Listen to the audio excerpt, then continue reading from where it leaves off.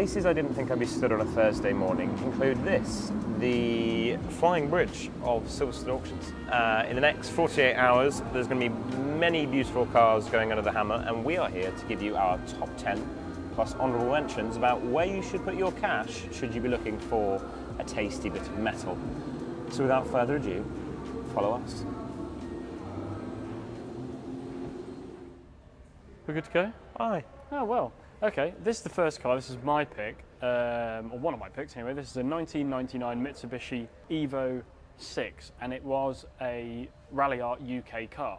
So quite a special thing, bit of collectible if you're into your rally cars and your JDM stuff. Now, Rally Art are obviously the motorsport and rallying division of Mitsubishi, so that adds to that a little bit more. This car was registered in March of 1999, so Ben was born, this car was sold, and then I was born. Why they haven't put that in the catalogue, I don't know. A bit of consumer information. I know, that would at least bring it up by 10 grand. Yeah. Talking of money, it's estimated £30,000 to £40,000, and brand new this car would have been £30,995. So the people that have hung on to it haven't lost a penny. Yeah, exactly. You've not actually lost any money, like, at all. I mean, I imagine it will probably go for a bit more than £30,000, so you've almost made money, but you know, and it probably will hold that for quite a long time. It's finished in Ishell blue, I believe that's how you pronounce it, but it's a stunning colour, silver wheels, and yeah, that's why that's my first pick, because I thought, for the money, collectible, mileage is 26,000 miles as well. It's had 1,700 quid's worth of work done to it over the past year. And yeah, it's a beautiful thing, and it's usable as well. It's 5 seats, big boots, saloon car, 4-wheel drive, rally car. That is the engine that eventually made it into the Jaguar XT220, but you join us with the car that it originally started in the back of, the 1985 MG Metro 6R4. Now, this is quite cool for me. I love rally cars, as we know. So engines in the back, very short wheelbase, 4-wheel drive, lightning off the line, even on dirt, and it's fantastic. This is car number 61. It was originally owned by Ted Tolman, who was the principal of the Tolman Formula One team. He had 2 of them, one of which he upgraded and changed and modified. This one he left original. It's even got its original painted bumpers on it, this one. Unpainted. Unpainted bumpers, sorry. Have a look in here. I will. There you go, that is the interior of the Metro 6R4. 5-speed dogleg gearbox. It's got some signatures on the front as well, one of which I believe is Jimmy McRae's, we'll double check, but he did actually used to rally the Rothmans colours.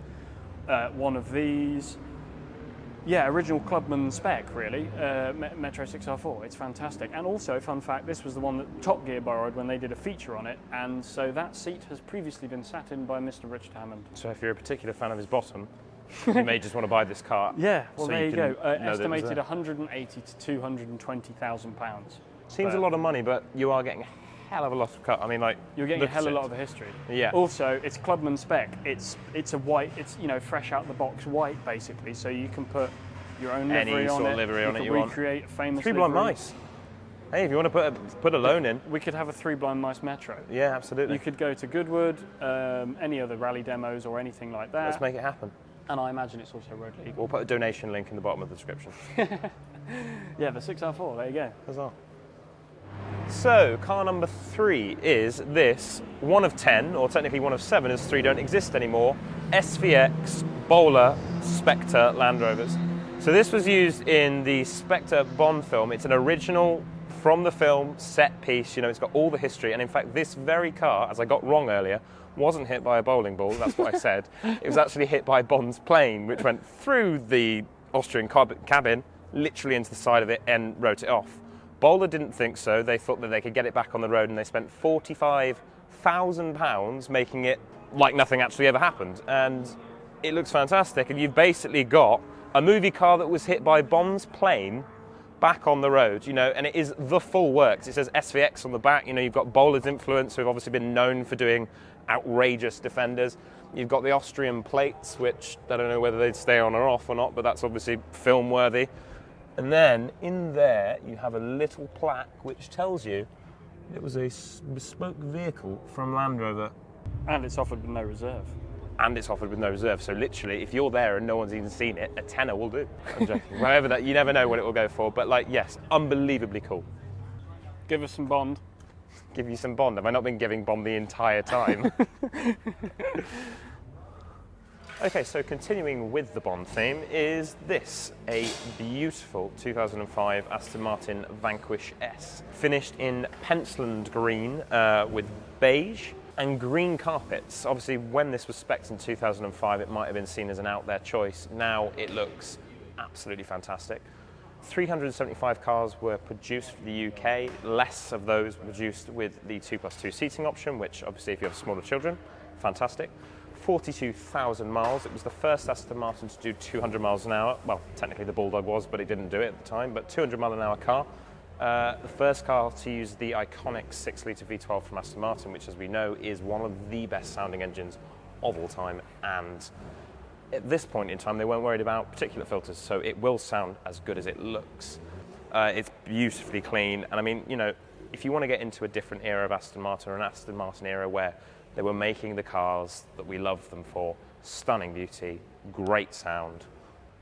It's a fantastic way to enter the market. It will stand out in any car park no matter what Aston Martin you've got. And it's a good choice. 65 to 75,000 pounds. I think that's a bit of a steal. So get your wallets out. Hello. Just came out the exhaust pipe for 22B. You did, and that's actually a talking point about this particular 22B, Subaru Impreza 22B from 1998. Because it's had some tasteful modifications, including the exhaust. If it doesn't have tinted windows, then so help me God, they were dark.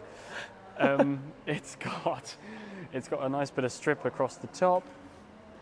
But this was one car I wanted to bring up today because collecting cars, sold one the other day with 33,000 miles on it for £222,500. And this one is estimated to go from £100,000 to £120,000. Now, maybe I don't know enough about the Impreza market to be able to tell you exactly why that is. I imagine because of the tasteful modifications this has had done to it. However, I think if it does go for that, a 22B, as we know, it's called a 22B because it has a 2.2 litre engine instead of a 2 litre engine, flat 4 boxer, very famous engine.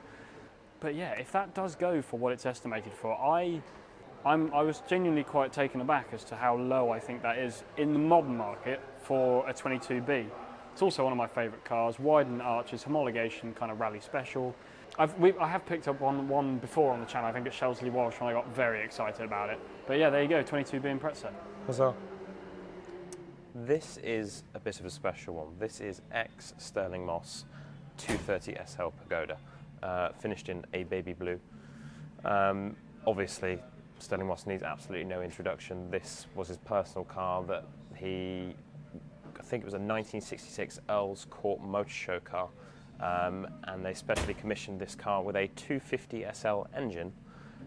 He adorned the number plate, not at the moment, but M7 or 7 being his lucky number.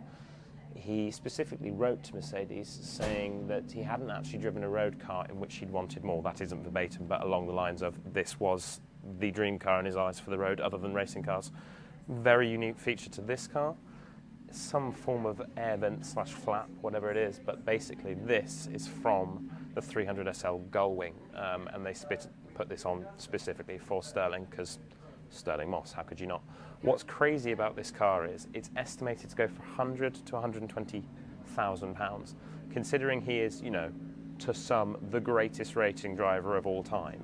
His partnership with Mercedes, what he did for the brand, what he did for motorsport. And the fact you can drive this on the road. And the fact that you can interact with this piece of heritage as opposed to an F1 car which you can't get anywhere near and you need a whole team around you. You can directly interact with a piece of history that he was a part of, and you know, it's not just the fact that it was his car, it's the fact of he was the brand that he won so much with. It's every single thing about it, and it seems quite a low figure for such a prominent car. Not to mention that, you know, in general, it's a beautiful car. It's a 230 SL Pagoda, so I kind of think it's sort of the bargain of the auction, really, considering the history and what it could mean in the future. So, if you are looking to be part of that, come down and have a bid.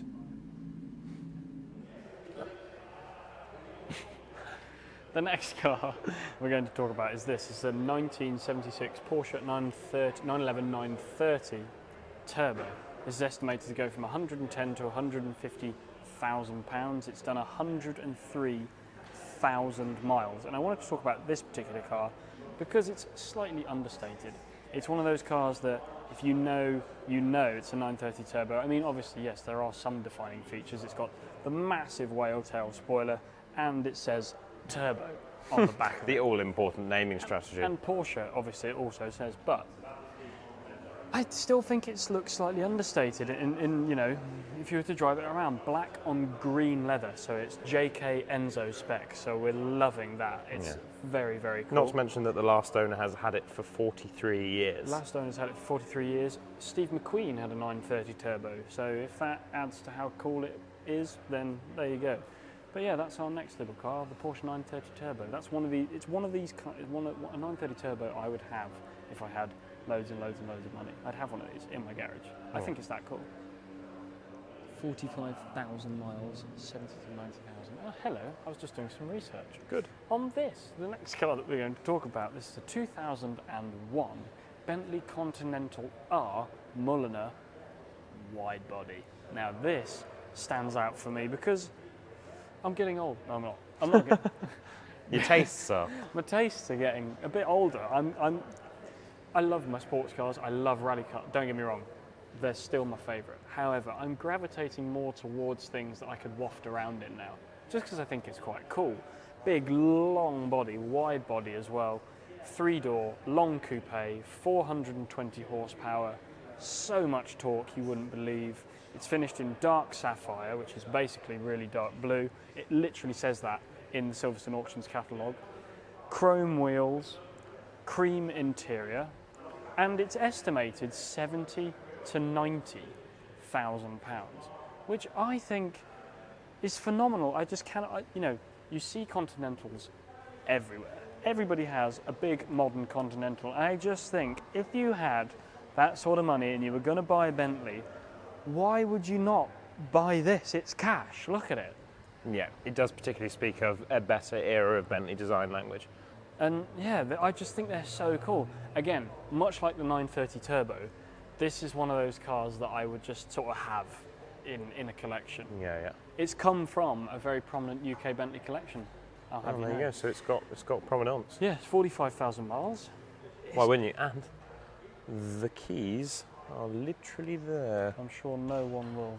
No one will know. No one will know. You can cut now.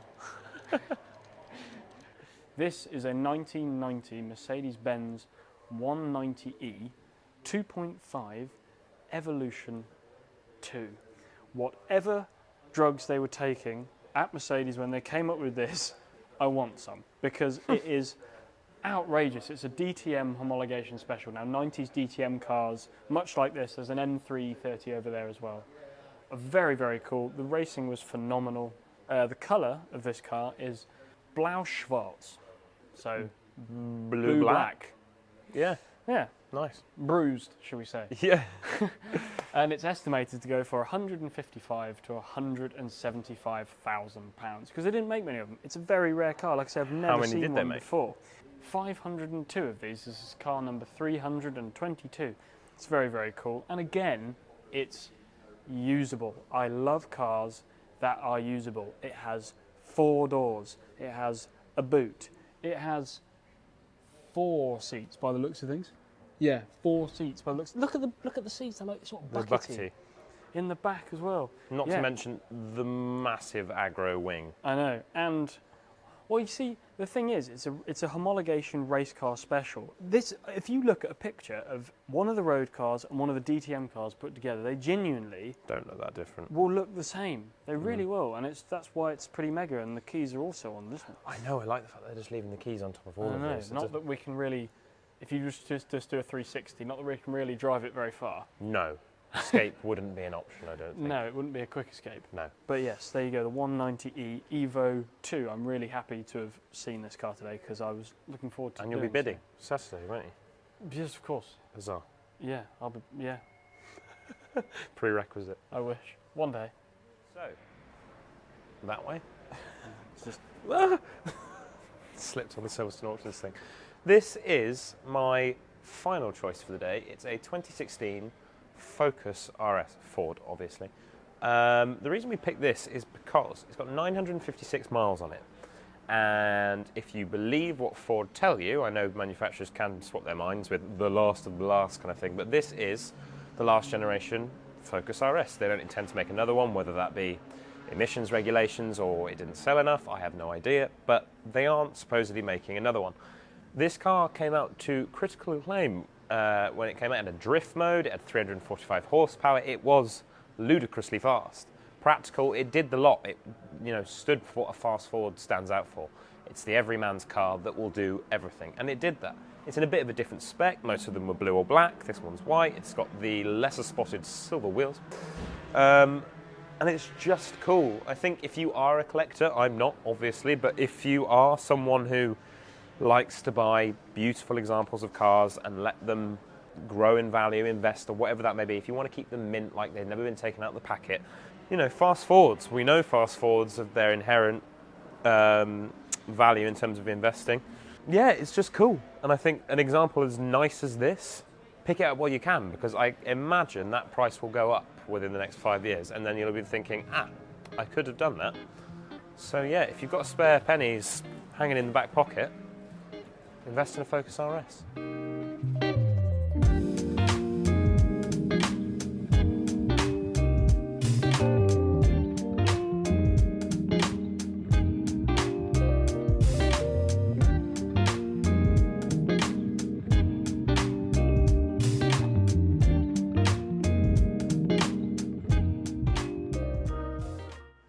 Right, what are we going to do now?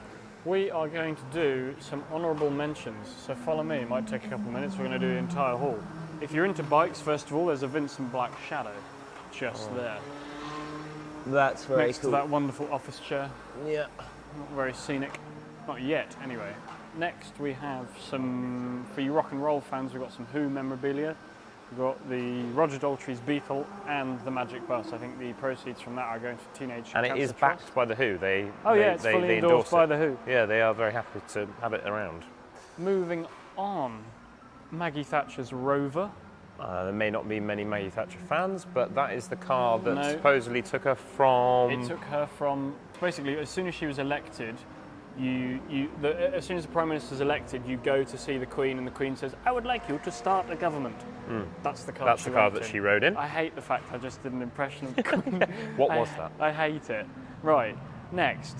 I think this is really cool. This is a Porsche 911 S, but it's a recreation of a 911R there. That was, the consignor of most of the cars. It is live. It is live, yeah. Oh. No, you can be in it. You're it's getting fine. lots of commission from this video. Taking you behind the scenes yes, at Silverstone Auctions. The SD1 Rover touring car. It's also very cool. That won the 1982 New Zealand Rally. Ex-Bjorn Voldegaard. Also very nice. Very, very cool. This is also some insights into... I'm taking you into some form of clinic. Anyway, yes. Next we honourable should probably mention. talk We about should that. mention this, yeah.